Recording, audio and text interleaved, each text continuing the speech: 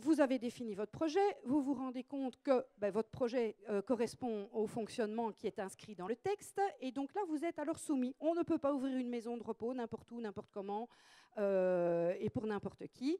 Il y a des obligations, et donc tout projet d'ouverture ou d'extension, et donc là, je m'adresse alors aux personnes qui connaissent le secteur, qui sont déjà gestionnaires d'une institution. Dans le cadre d'une extension d'une maison de repos, on est exactement dans la même procédure. Vous êtes soumis à la procédure d'accord de principe. Donc cette intervention est pour recadrer, présenter, répondre aux questions. Pourquoi ouvrir une maison de repos, pourquoi ce projet d'ouvrir une maison de repos doit s'inscrire dans une réglementation, quelles sont les règles à respecter, etc. Mais pourquoi d'abord cet accord de principe qui est l'autorisation préalable à l'ouverture d'une structure et à la mise en exploitation d'une structure? Pourquoi? Parce qu'en Wallonie, enfin en Belgique de manière générale, mais ici on est en Wallonie, donc parce qu'en Wallonie, tout ce qui est structure d'hébergement est financé par le gouvernement. Et donc le gouvernement a un contrôle sur en fait le nombre d'institutions, le nombre de places sur son territoire. Il y a eu donc, au niveau de l'évolution du secteur, c'était une compétence fédérale qui est passée à la communauté française et puis qui est revenue à la région wallonne. Et donc, ces transferts de compétences successifs ont amené d'abord un transfert au niveau de l'agrément pour arriver ici en 2017 sur un transfert du financement. Donc, tout ce qui était financé au départ par le fédéral, etc., est revenu donc dans la compétence wallonne avec un budget wallon. Et donc, quand la région wallonne a récupéré, pas le financement, mais en tout cas les agréments, en 97, elle a d'abord établi, en fait, elle a fait un état des lieux du parc résidentiel existant, en répartissant, en faisant le compte des institutions relevant de 3 secteurs, hein, donc le secteur associatif, le secteur public et le secteur privé commercial, en faisant aussi une photographie du nombre de places ou de lits, hein, c'est parce que dans le nouveau texte on dit place, mais sur les arrondissements, donc sur la répartition géographique. Elle a dressé donc une photographie, elle a fait cet état des lieux, et on a tiré 2 grands constats de cette photographie en 97. C'était une surreprésentation du secteur privé commercial et un déséquilibre de l'offre des places maisons de repos sur l'ensemble du territoire. Donc certains arrondissements étaient plus fournis que d'autres en termes de places et d'hébergement pour personnes âgées. Et donc, dans un souci de service public et de réponse aux besoins des résidents, la région wallonne, le gouvernement wallon, a décidé de créer un programme d'implantation et de définir, alors, puisque les 2 premiers critères qui permettaient d'établir cette photographie, c'était, donc, comme je l'ai dit, cette répartition par secteur, mais aussi cette répartition sur le territoire. Donc, on a établi cette programmation, et cette programmation, c'est quoi? C'est une répartition équilibrée des places, MR, MRS, court séjour et places de centre soins de jour. Pourquoi je ne cite que celles-là et pas les résidences-services et les places CAJ? Parce que ce ne sont les places CAJ, enfin, pour moi c'est aussi un service de soins, mais au niveau de la réflexion générale politique et européenne, ce n'est pas une structure, enfin on ne le considère pas comme une structure de soins. La résidence-service n'est pas une structure de soins et donc il n'y a pas de financement. Donc, à partir du moment où il y a un financement, on veut cette répartition équilibrée entre arrondissements administratifs. Et là, on a 20 arrondissements administratifs sur le territoire de langue française. Okay, donc, la communauté germanophone n'est pas reprise, en effet, dans les 20 arrondissements wallons. Et on a une répartition par secteur. Pour déterminer, alors, les règles de répartition entre arrondissements, sur le temps, il y a eu différentes références, mais en tout cas, la dernière aujourd'hui, on compare en fait pour définir si l'arrondissement a besoin de place ou pas. On va mettre en rapport la population de 80 ans et plus avec l'offre déjà présente sur l'arrondissement. Ça va nous déterminer un coefficient qui va lui être comparé à un coefficient régional qui est l'idéal à atteindre. Le coefficient général, c'est le rapport entre la population de 80 ans et plus et ce moratoire. Et ce moratoire, c'est quoi? C'est comme je vous l'ai dit, c'est le maximum que l'on puisse ouvrir en région wallonne parce que c'est le maximum financé par le gouvernement, en partie en tout cas, puisqu'il y a quand même la part du résident. Mais en tout cas, la part du gouvernement, c'est celle-là. Donc il y a une enveloppe budgétaire maximale qui est la première limite ultime, enfin la première des limites, mais au sein de cette enveloppe-là, on va établir ces deux critères objectifs de répartition, donc l'arrondissement, en définissant alors la situation de chaque arrondissement par rapport à ses besoins et l'offre déjà existante. Ça va définir un classement des arrondissements, et par secteur. Et donc, par rapport, tout ça, on est parti évidemment de la photographie 97, où il y avait, comme je vous l'ai dit, une surreprésentation du secteur privé commercial. Et donc, on a défini qu'au minimum, le secteur public devait atteindre 29% de l'offre, le secteur associatif 21% et le secteur privé commercial 50%. En 97, juste pour une idée, on était avec une situation, le privé commercial avait une représentation au-delà des 50%, largement au-dessus des 50%. Le secteur associatif et le secteur public étaient largement en dessous de leur minimum. Et donc, depuis 97, avec l'établissement de ces règles objectives de répartition, on est parvenu à atteindre un équilibre, c'est-à-dire qu'aujourd'hui, le privé commercial est en dessous des 50% qui lui sont autorisés. Mais le secteur associatif s'est largement développé. Lui, il est au-dessus de ces 21% minimum autorisés, réservés. Par contre, le secteur public est toujours un peu en dessous de ces 29% minimum. Ça, ce n'est pas l'objet du débat aujourd'hui, mais on sait que pour le développement du secteur public, il faut pouvoir lui donner les moyens aussi de concrétiser ses projets. Donc, ça, ce sont les principes de la programmation. Pourquoi on en est venu en région wallonne à établir une programmation? C'était pour cette répartition équilibrée, objective en tout cas, des places par rapport aux besoins des personnes âgées en région wallonne. Alors, vous souhaitez ouvrir une maison de repos ou vous souhaitez étendre votre institution existante, vous devez donc respecter cette procédure d'accord de principe. Et pour respecter cette procédure d'accord de principe, vous devez introduire une demande qui doit contenir les éléments suivants. Donc, vous devez avoir un questionnaire d'identification. Logique, il faut qu'on puisse identifier l'auteur de projet, donc le secteur auquel le projet va appartenir. La situation, donc l'adresse, savoir située par rapport à l'arrondissement. Et puis alors après, dans le questionnaire, vous avez aussi alors la désignation du gestionnaire, du directeur, etc. Donc ça, c'est un questionnaire et une déclaration sur l'honneur d'un engagement à respecter les normes.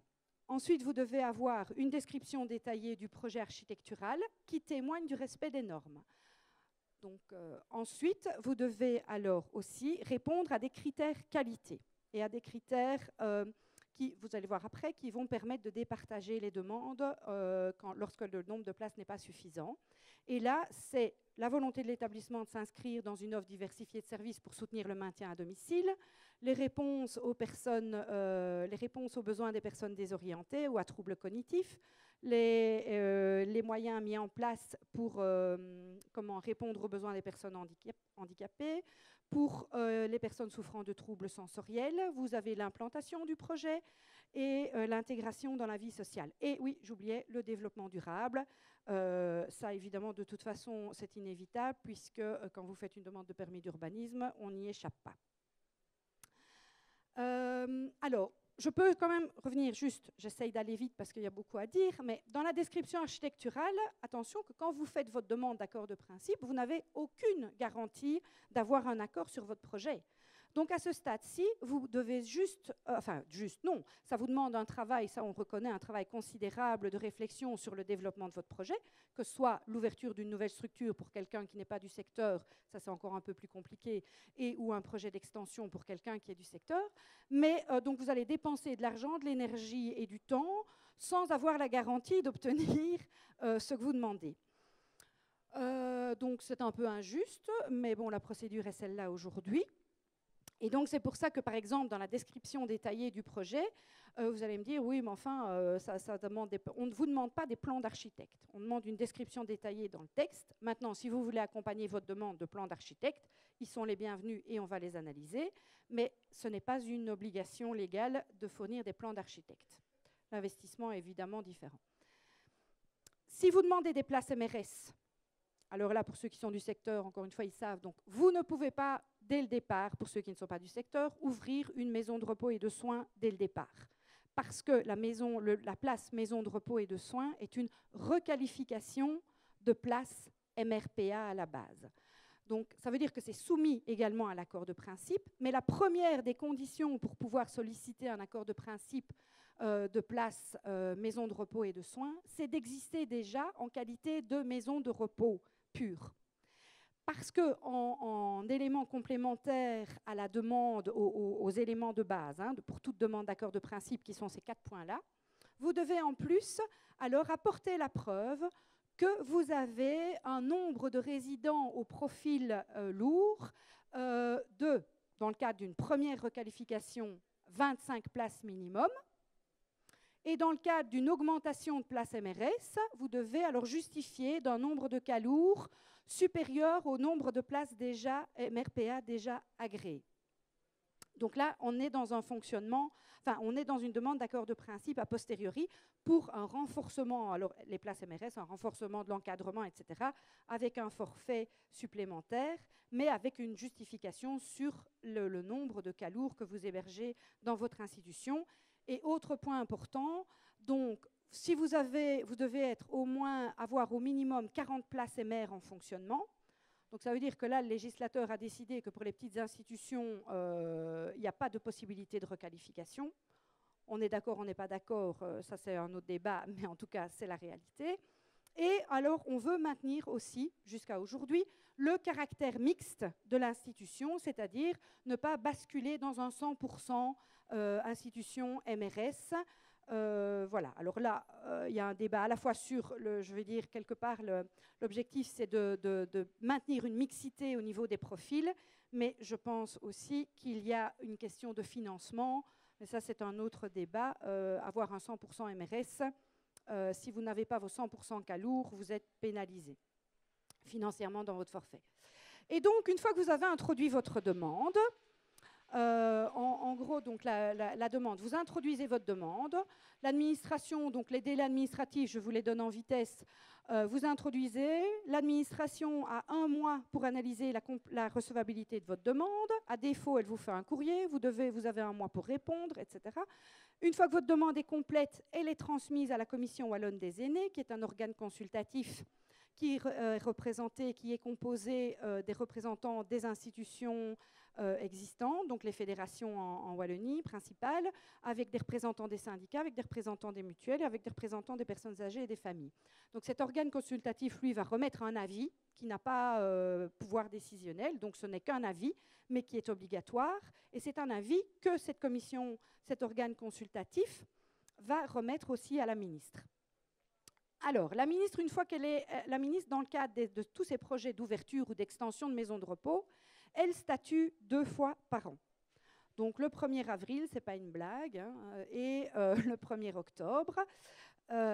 Et c'est-à-dire que l'ensemble des dossiers recevables et complets qui ont été introduits, lui, sont soumis avant le 1er avril, avant le 1er octobre, et pour autant qu'il y ait, je fais un retour vers le moratoire, pour autant qu'il y ait une disponibilité de place dans le moratoire, alors elle va statuer et elle va décider à qui elle va donner les places ou pas. Si vous êtes l'heureux bénéficiaire d'un accord de principe, je dis bien l'heureux bénéficiaire parce qu'actuellement, ceux du secteur le savent, c'est un peu comme le loto. Je veux dire, il y a très peu de places disponibles. Là, alors, vous avez un accord de principe qui est valable 5 ans, mais qui, attention, cet accord de principe ne vous donne pas le droit à l'exploitation. Cet accord de principe, il vous réserve sur votre projet qui a été déposé, il vous réserve pendant 5 ans un nombre de places correspondant à votre demande. Et dans les 5 ans, vous avez cette obligation de concrétiser votre projet. Et dès lors, après, une fois que vous êtes prêt, vous devez solliciter le titre de fonctionnement, l'agrément, qui va vous donner, lui, alors le droit à la mise en exploitation. Si vous n'avez pas concrétisé votre projet dans les 5 ans, vous avez une possibilité d'introduire une demande de prorogation d'accord de principe, mais qui est assez cadenassée aujourd'hui, dans le sens où aujourd'hui, vous ne pouvez, dans le cadre d'une non-concrétisation dans les 5 ans, vous ne pouvez invoquer que le cas de force majeure. Donc c'est un peu scarpe, quoi. Alors, maintenant on en vient, c'était ça un peu sur comment est-ce que la ministre décide. Alors, c'est pas un secret, c'est pas secret, hein, donc voilà. Comment est-ce que la ministre décide? Donc, elle a l'ensemble des demandes. Donc, la ministre, elle est tenue par, d'abord, les 2 grands critères objectifs que je vous ai cités, c'est-à-dire ça, c'est la répartition entre secteurs et entre arrondissements. Et donc, nous avons 2 références légales, hein, les articles 345 et 346, qui mettent en fait cette répartition des places entre secteurs et entre arrondissements sur le même pied d'égalité. Il n'y en a pas un qui est prioritaire par rapport à l'autre. Et donc, ça donne l'opportunité, en tout cas la liberté au ministre en place, de choisir quel critère il va mettre en priorité. C'est une liberté qu'il a. Alors, soit il va décider de prioriser le secteur, et donc dans ce cas-là, dans le respect évidemment du classement des arrondissements selon leur déficit, hein, selon leurs besoins en place et par rapport à leur population. Et donc, on va faire, la ministre va octroyer, pour autant, on part du postulat qu'il y a des places disponibles, okay, et elle va alors octroyer d'abord les places au secteur public, aux demandes du secteur public, sur les arrondissements dans l'ordre de classement de déficit, donc au plus déficitaire, et puis au suivant, au suivant, au suivant. Lorsque, uniquement sur les arrondissements qui ont toujours un vrai besoin en lit. Maintenant, vous allez me dire tout le monde a besoin de place, mais par rapport à ce que je vous ai dit tout à l'heure, il y a cette règle objective sur les arrondissements qui est de dire on compare, on définit un coefficient hein, donc entre la population de 80 ans et plus et l'offre actuelle sur l'arrondissement que l'on compare au coefficient X, c'est le coefficient qui est établi de la même manière sur l'ensemble de la région wallonne. Et l'objectif, quand on fait le calcul, c'est que, le postulat de départ, c'est qu'on veut qu'au moins 25% de la population de 80 ans et plus puisse obtenir une place en institution. Okay, donc votre arrondissement est en dessous de ces 25%, il va être considéré comme déficitaire. Il est au-dessus, enfin c'est pas 25, c'est 26, mais il est au-dessus. Dans ce cas-là, il va être considéré comme excédentaire. Et donc, évidemment, on va d'abord alors octroyer au secteur public jusque, pour autant qu'il y ait des places disponibles, jusqu'à l'arrondissement excédentaire.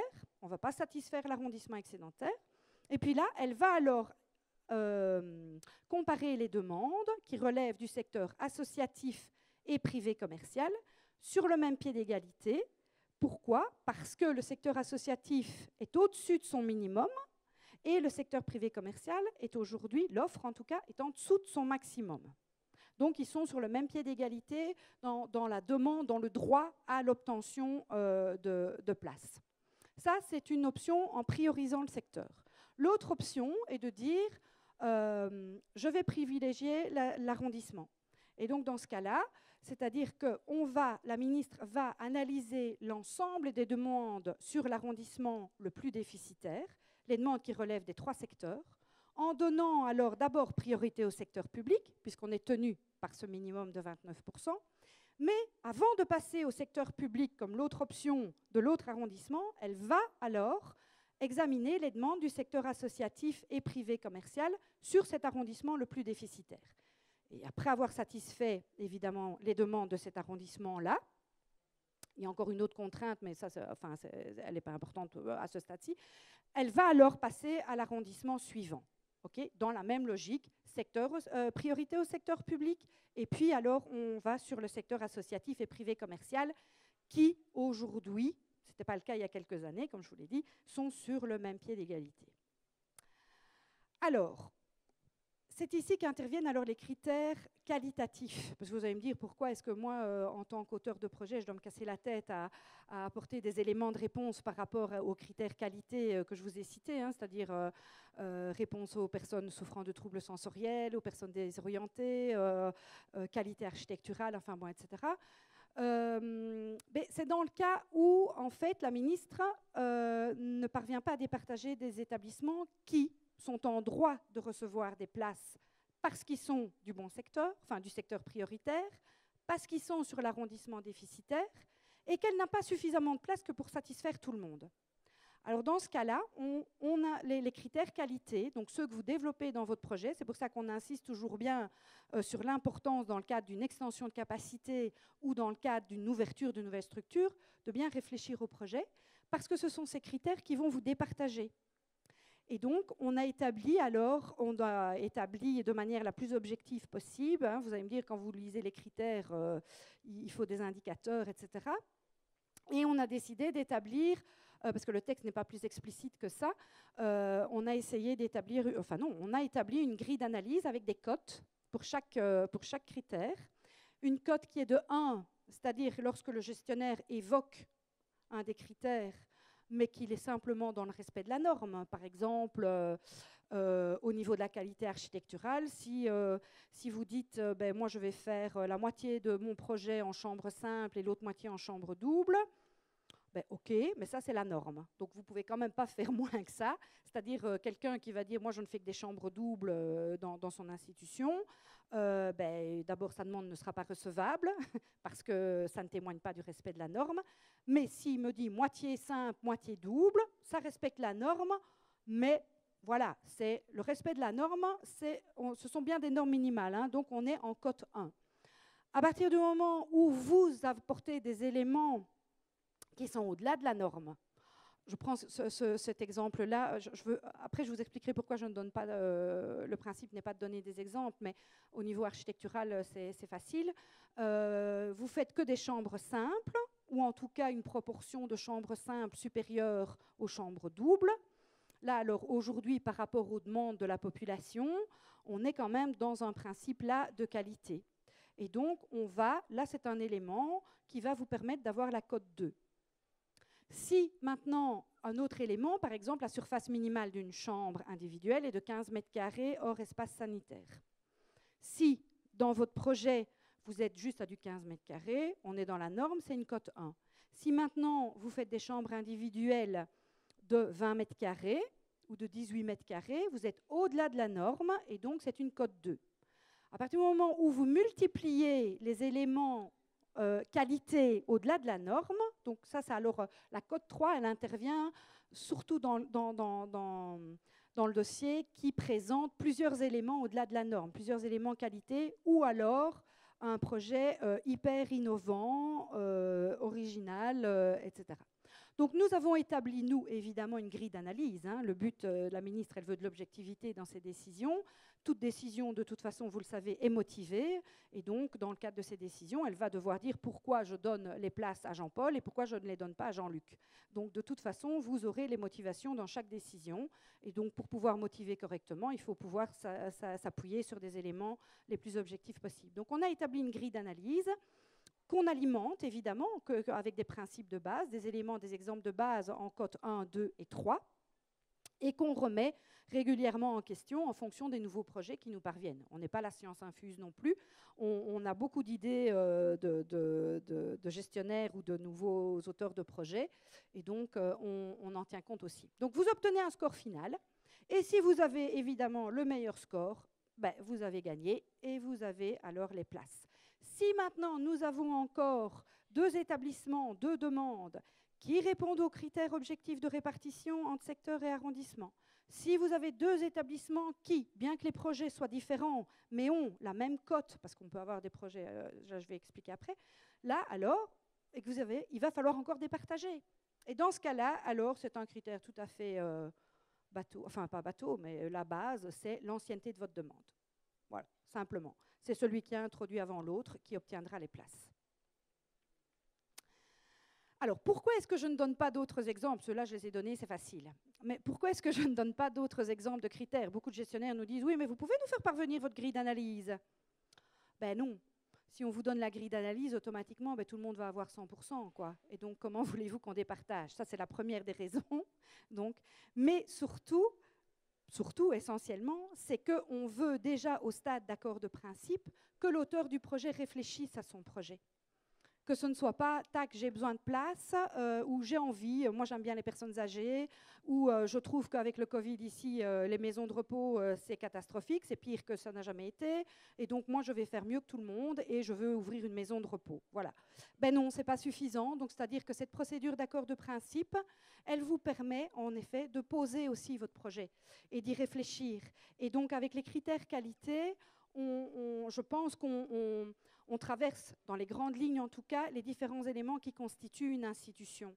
Donc à la fois un projet architectural, à la fois une implantation, donc ça veut dire que vous développez une structure dans un centre-ville ou dans le fin fond des Ardennes belges ou dans une province plutôt que dans une autre, ce n'est pas les mêmes.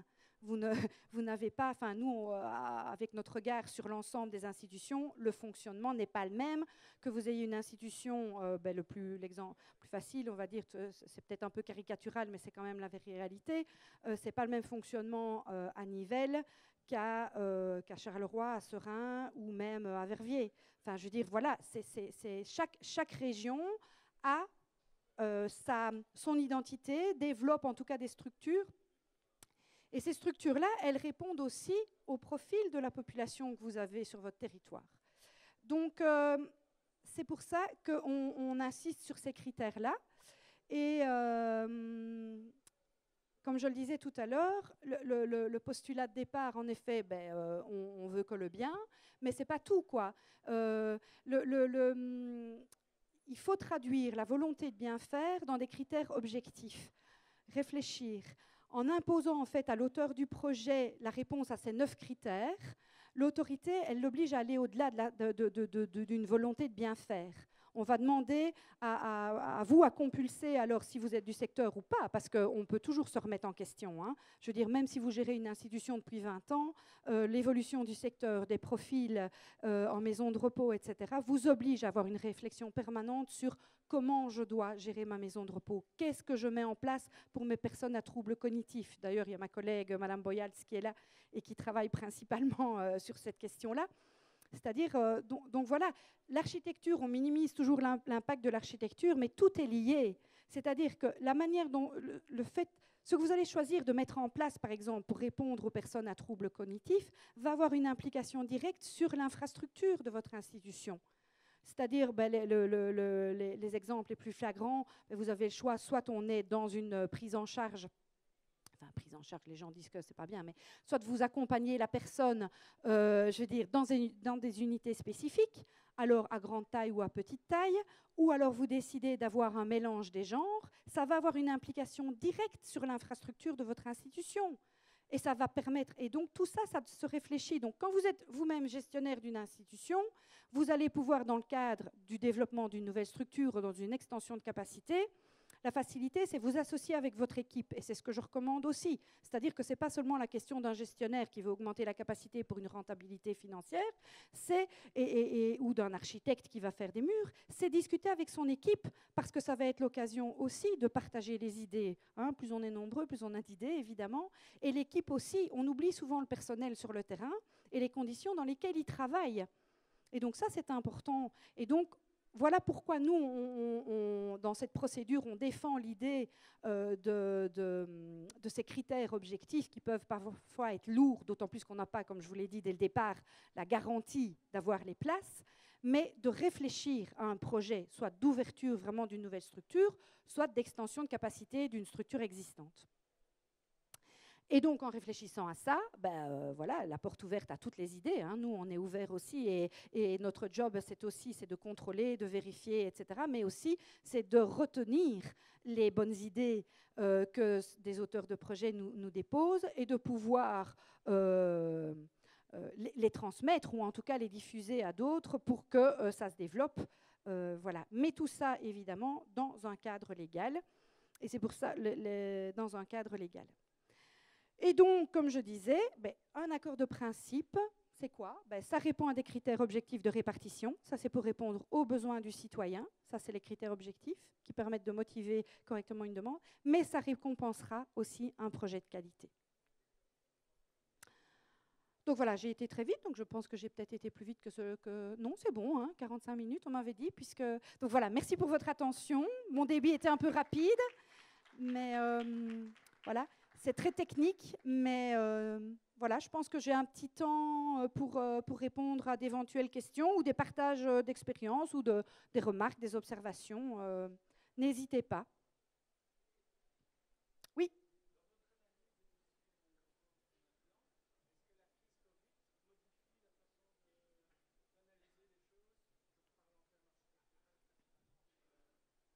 Non, pas à ce stade-ci, non. Non. Maintenant, ah si, la volonté de cohortage, etc.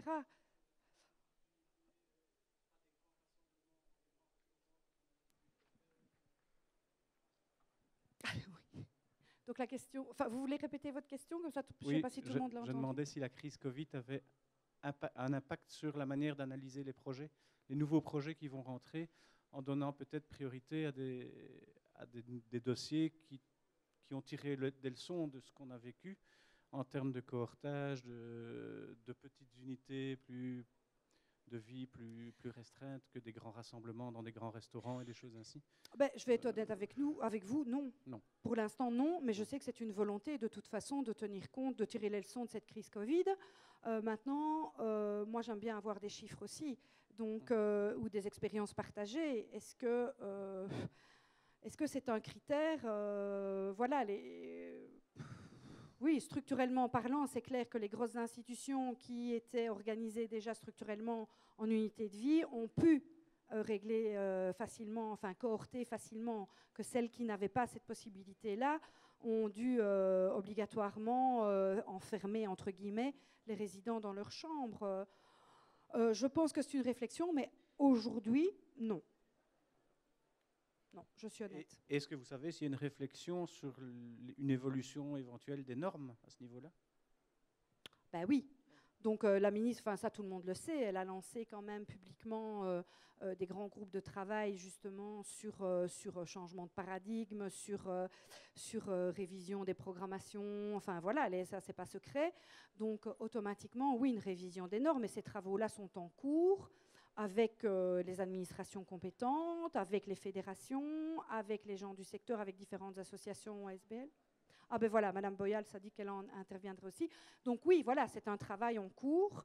Maintenant, voilà, je pense que comme chaque ministre, il faut que s'il y a des changements dans le texte, il faut que ça intervienne avant la fin de la législature. Mais oui, lesquels? Si, il y a plein d'idées, hein, mais quelles seront celles qui seront retenues? Ça, je ne peux pas dire. Je peux en poser une autre? Oui, tant que vous voulez. Qu'en est-il des libérations qu'on avait annoncées, si j'ai bonne mémoire, 1250 lits par an pendant 5 ans ou... C'était 1130 unités, donc, enfin, je sais pas, pour ceux qui connaissent, ça va, mais pour ceux qui ne connaissent pas, donc en fait, dans le moratoire, je vous ai dit, il y a un moratoire. Enfin, levez la main, ceux qui ne connaissent rien du tout à la programmation. Ok, donc je vais quand même dire. Donc, je vous avais vu, il y a quand même 3 personnes, donc je vais respecter quand même. Il y a donc une enveloppe budgétaire maximale qui définit un nombre maximum de places sur l'ensemble de la région wallonne. Et donc, ce maximum, il est atteint. Hein. Je veux dire, on rame depuis... enfin, voilà, ce qui ne permet pas au secteur de se développer, en tout cas au secteur institutionnel de se développer. Et donc, la ministre précédente a décidé, en fin de législature, de créer, alors, de donner une possibilité d'extension ou d'ouverture de nouvelles structures, en prévoyant, en effet, la création de 1130 unités, qui correspond à un équivalent budgétaire, hein, puisque, comme je l'ai dit, bien, le gouvernement finance les places maisons de repos, et donc pendant 10 ans. Donc une unité égale un lit MRPA, une unité égale 2,4, quelque chose comme ça, places MRS. Et donc tout ça commençait en 2019, mais avec la petite condition qui était selon les disponibilités budgétaires.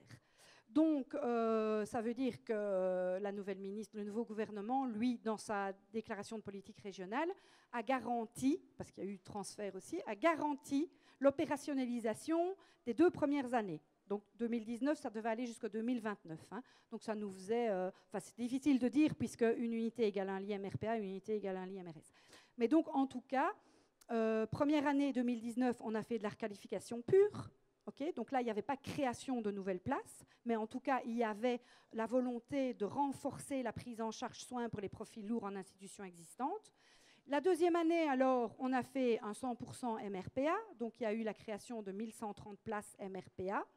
Et ici, donc, on est à la troisième année d'opération. Et donc, le conclave budgétaire se termine ce week-end. Et donc, j'attends. J'attends. Donc, ça veut dire que 1130 unités, moi, je dis, c'est un secret pour personne. Donc, l'option prise, c'est de faire un peu des deux. C'est de faire un peu d'MRPA et un peu d'MRS. En proportion de 75% MRS et 25% des 1130 unités en MRPA. Ce qui nous fait dans les faits, ça nous fait un peu plus de 1800 places requalifiées, enfin je crois que c'est dans ces zones-là, et dans les 300 et des places MR, création. Donc là, dès que le conclave budgétaire se termine et décide de libérer cette enveloppe budgétaire, alors on va pouvoir opérationnaliser. Et dans ce cas-là, alors 1er octobre, c'est donc... c'est aujourd'hui. Donc voilà, c'est aujourd'hui. Donc s'il y a un budget qui est libéré, dès lundi, je m'attaque au boulot. Et donc, pour vous dire une petite idée, on est à plus de 6000 places MR demandées sur l'ensemble de la région wallonne pour une disponibilité de 380 places aujourd'hui. Donc c'est pour vous dire un peu la situation du secteur. Par contre, en MRS, là, on est bon, quoi. Là, on est bon. Donc voilà, ça veut dire que les institutions existantes, on leur donne le moyen, et c'est une très bonne chose, de pouvoir se renforcer par ce financement, mais en tout cas de pouvoir répondre, parce que les profils, les entrées, les personnes qui entrent ont des profils de plus en plus lourds, donc ça c'est une bonne chose. Maintenant, pour moi, il faut quand même, mais ça c'est mon avis personnel, maintenir envers et contre tout la mixité, avec des profils moins lourds. Hein. C'est ça qui crée aussi le dynamisme et le fait que l'institution n'est pas une unité gériatrique décentrée d'un hôpital, mais plutôt un lieu de vie. Mais maintenant, pour MR, si vous avez un nouveau projet d'ouverture MR, réfléchissez bien, mais vous viendrez vous ajouter aux 6000 demandés. Enfin, tout dépend de l'arrondissement et du secteur pour lequel vous déposerez votre projet. Donc voilà où on en est. Donc il y a cette volonté, mais c'est lié au budget. Merci.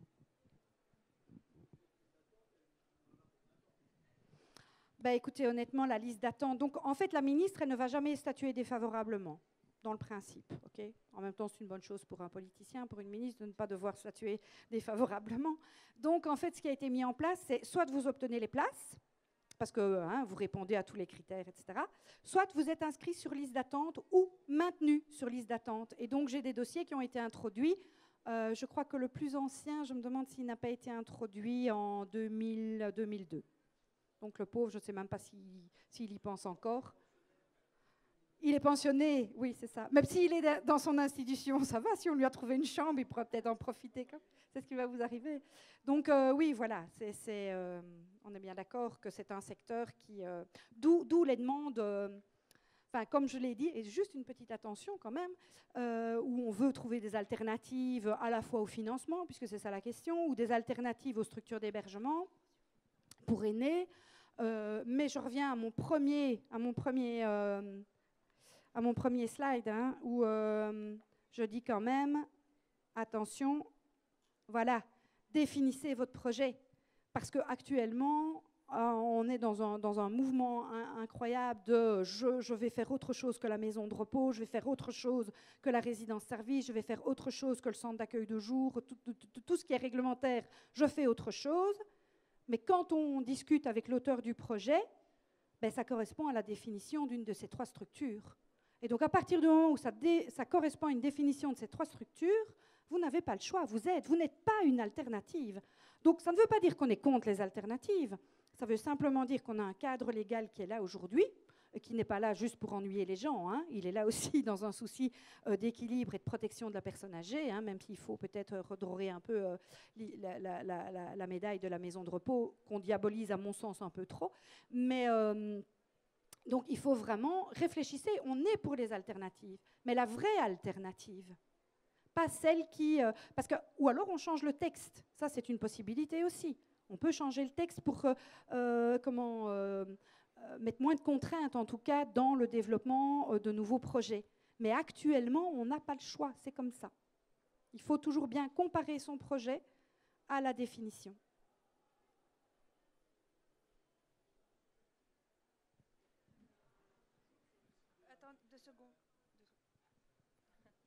On trouve toujours sur le site de la VIC le classement des arrondissements et la situation actualisée. Tout à fait. Ouais, okay. Donc attention, le classement des arrondissements, je vous le dis, il se fait une fois par an, le 1er janvier de chaque année sur base des données INS de l'année précédente. Et donc, une fois que le classement est établi le 1er janvier, il est établi pour toute l'année. Donc, qu'il y ait une opération au 1er avril ou qu'il n'y en ait pas, pourtant, l'opération du 1er avril, elle va automatiquement avoir une incidence sur le classement des arrondissements. Mais, voilà, le législateur, il a oublié ça. Et donc, s'il y a une opération au 1er octobre, ben, on ne tiendra pas compte des modifications dans l'ordre des arrondissements réalisées conséquence de l'opération d'un 1er avril. Je vous rassure, 2 opérations sur la même année, ça n'existe pas. Puisqu'il n'y a pas de place. Donc voilà. Mais pour le 1er octobre, donc, de ce qui est sûr, il y a une opération court séjour, parce que c'est vrai qu'on n'a pas parlé du court séjour, hein, qui est quand même je veux dire, vous ne pouvez pas, ce qui est la convalescence et le soutien à l'aidant proche. Hein. Donc l'idée, c'est donc 3 mois maximum sur une année civile en institution MR-MRS, hein, du court séjour, qui représente, en tout cas, on est à 1896 places court séjour sur l'ensemble de la région wallonne, réparties dans plusieurs établissements. Je crois que j'avais les chiffres tout à l'heure, mais donc là, en court séjour, il y a une disponibilité faible, mais elle est là. Donc il y aura une opération ici au 1er octobre. En MRS et MRPA, ben, je vous dis, on attend le budget. Donc pour qu'il y ait des places sans budget, il faut que les maisons ferment. Donc si vous fermez votre institution et que vous rendez alors les places au pot commun, comme on dit, ben, alors ça permettra le développement de nouvelles structures. Mais voilà.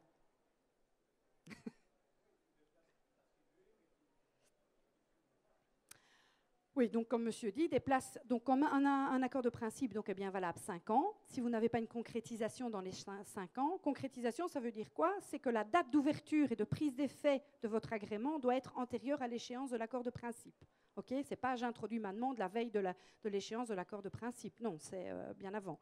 Donc voilà, si vous n'arrivez pas à concrétiser votre projet pour X raison à la fin, alors il y a 2 options. Soit vous êtes victime d'un cas de force majeure.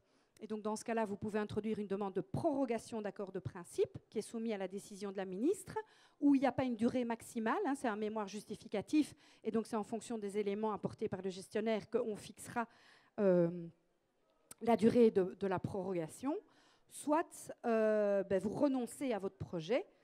Mais j'ai envie de dire, quand on renonce à un projet, c'est pas. Enfin, j'invite alors ceux qui sont titulaires d'un accord de principe, qui savent déjà après 2 ans qui ne vont pas le faire, s'il vous plaît, renoncez-y plus vite pour qu'on puisse en tout cas satisfaire d'autres institutions, parce qu'alors là, en effet, s'il y a un renoncement à un accord de principe, les places qui ont été octroyées reviennent dans le pot commun et peuvent être redistribuées aux demandes. Et pas nécessairement, évidemment, dans le secteur ou l'arrondissement d'où elles viennent. Okay ? Donc ça revient dans le pot commun et on repart sur les règles objectives de distribution pour octroyer les places.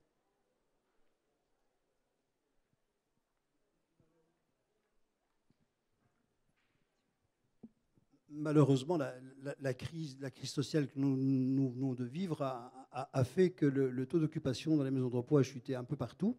Que deviennent tous ces lits virtuels qui ne sont pas occupés? Puisque là, il y a des gens qui demandent pour ouvrir peut-être des institutions. Pourquoi ne pas refaire un inventaire de ce qui existe et ce qui sera encore possible au niveau de chaque maison? Ben, c'est bien ce qui est défendu dans les arguments au niveau du gouvernement et d'un conclave budgétaire, j'imagine. Enfin, moi, je ne suis pas spécialiste là-dedans, mais c'est clair que cet élément-là, il intervient dans les réflexions de se dire, est-ce qu'on doit libérer un nouveau budget pour l'ouverture ou l'extension de maisons de repos, et donc, ou est-ce que, compte tenu de ces taux d'occupation très faibles liés à la crise Covid, on ne doit pas attendre un peu que les institutions existantes se remplissent? Voilà, ça c'est une question. Maintenant, une institution qui a un taux d'occupation faible, ben, elle ne va pas renoncer à ses places, ça c'est clair. Hein, comme je vous l'ai dit, les places sont rares, donc elle ne va pas le faire. Maintenant, ce qui est embêtant pour moi, c'est un travail de sensibilisation alors que l'institution doit faire. Hein. Je pense que là, il y a vraiment quelque chose à faire sur la sensibilisation par rapport aux places disponibles. Hein, et là, c'est mon autre collègue qui va en parler, c'est un changement de paradigme aussi peut-être. Hein, donc tous ces éléments-là pour de nouveau essayer de de raisonner, parce que motiver quelqu'un à venir en maison de repos, enfin, soyons pas stupides, personne n'a envie d'aller en maison de repos, mais en tout cas, raisonner, parce que c'est quand même un passage pour certains obligé, voilà, trouver en tout cas des éléments pour que les places aujourd'hui non occupées soient à nouveau occupées. Donc voilà, ça ce serait bien d'avoir une publication, une sensibilisation sur les places disponibles, ça c'est une bonne idée. Parce que le gestionnaire est pénalisé aussi, c'est-à-dire que, je rappelle quand même, que les normes d'agrément, d'encadrement, elles sont calculées sur la capacité agréée, que le lit soit occupé ou pas. Et donc, automatiquement, si vous n'avez pas beaucoup de place occupée et que vous êtes obligé d'avoir votre personnel d'encadrement au maximum, ça a un coût quand même qui n'est pas compensé. Voilà. Et puis avec une conséquence sur le calcul du forfait pour l'année suivante. Mais voilà, oui, ça fait l'objet, oui, ça se discute. Et puis l'évolution démographique aussi. Voilà, tout le monde dit qu'on était dans la période papy-boom, donc il faut créer, il faut créer, il faut créer. Les analyses semblent dire quand même qu'on va redescendre par rapport à la courbe démographique. Et est-ce qu'il faut encore développer? Donc il y a toutes ces réflexions-là. De toute façon, le secteur, il bouge depuis quelques années. Enfin, je veux dire, les questions partent dans tous les sens. Trouver des alternatives à l'institutionnel, comment ne pas devoir payer quelle population? Qu'est-ce que la population va vouloir demain? Enfin, voilà, donc... mais je n'ai pas de réponse pour tout. Une dernière question. Ah oui, moi on coupe. Dernière question? Non? Eh bien, écoutez, je vous remercie pour votre attention et le partage, alors. Et je suis disponible à la VIC quand vous voulez.